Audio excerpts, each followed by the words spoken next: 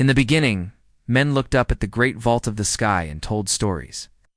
In the soft light of hearth fires, across river valleys and date groves, they named the forces that shaped their lives. One of the oldest of those stories comes from the belly of civilization itself. Sumer, they're born of reed and river, were the gods known as the Anunnaki. Who were the Anunnaki? In Sumerian myth, they were a council of powerful divine beings, offspring of the sky god Anu, and intermediaries of fate and rule. They were gods of sky, earth, water, destiny. Enlil, the lord of air and storm. Enki, wise god of water and craft. Ninhursag, mother earth goddess, and others. Their stories explain flood and fertility, law and labor. They shaped the world, and they shaped humanity. Or rather, they shaped the story of how humanity came to labor beneath the sun. In one telling, the gods were burdened by endless labor. Tired of toil, they fashioned a helper humans by mixing clay and the blood or flesh of a sacrificed deity. From this mixture, the first human arose to tend fields and temples. Thus, the Anunnaki narratives taught the origin of labor, of worship, and of humankind's place in a world organized by gods. Centuries later, far from Sumerian reed beds, another stream of revelation arrived: the Qur'an. The Qur'an speaks about the origin of humankind in a language that is at once spiritual and precise. The Creator fashions humans from clay. He breathes a soul into them. He appoints them as guardians or viscérants on earth. Listen to the Qur'an's cadence. We created man from sounding clay, from mud molded into shape, and elsewhere. We created man from clay, then we made him a drop of sperm, then we fashioned him into a clot. The Qur'an names the Creator Allah, and describes a process of creation that binds matter and spirit, clay and breath, to purpose and responsibility. So we have two stories centuries apart. One, gods, the Anunnaki, shaping humans to serve a celestial labor. The other, the Qur'an, the one Creator shaping humans from clay and endowing them with dignity and moral responsibility. The imagery is similar: clay, formation, divine intervention, yet the meanings diverge in vital ways. Let's look closely. The Sumerian story explains social order through divine hierarchy. Gods command, humans serve. The Quranic narrative explains origin to express accountability. Humans are created by a single, sovereign Creator and are entrusted, Khalifa, to care for the earth. The gods of multiplicity give way to the Qur'an's unifying divine.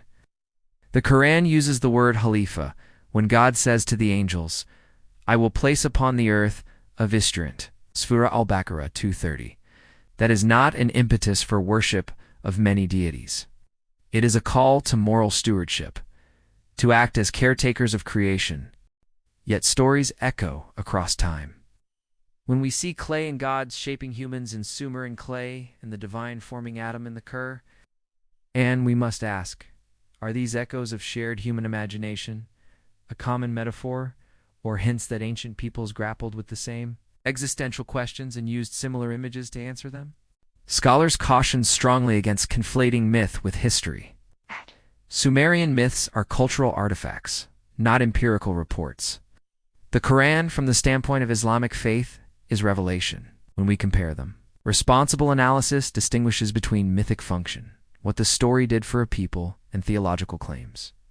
There is also a modern current of interpretation that reimaginizes the Anunnaki as extraterrestrial visitors, a decoding popularized in recent decades. These theories read ancient artifacts as evidence of alien engineers.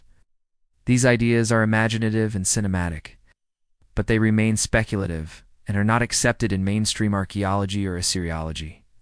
If we accept the Qur'an's claim that God is the Creator, then any myth about lesser gods either reflects human attempts to understand or in Islamic theology.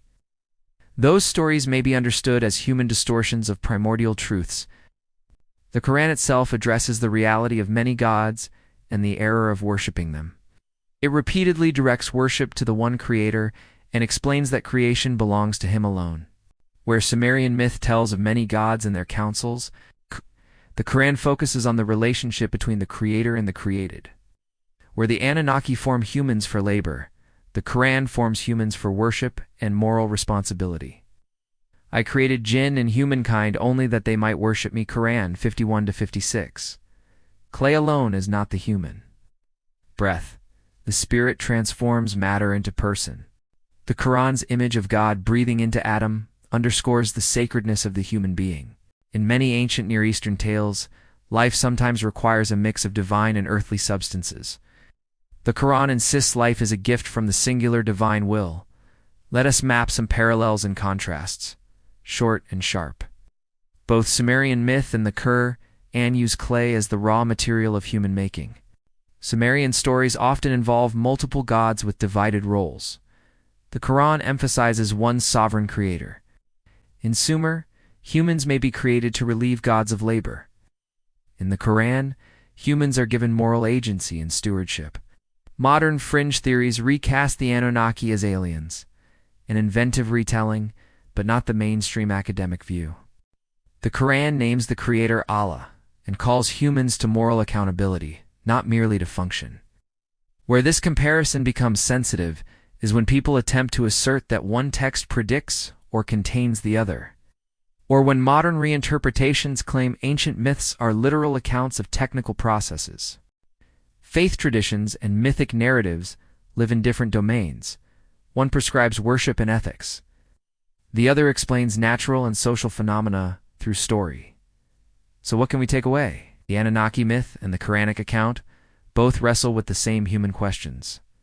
Where did we come from? Who governs the cosmos? What is our role? Each answers in the language of its culture, the Sumerian with councils of gods, and cosmic labor.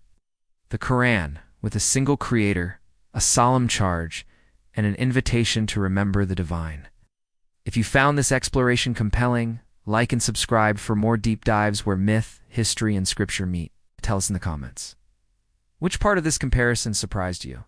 The shared images of clay, or the different purposes assigned to human life? Till next time, peace.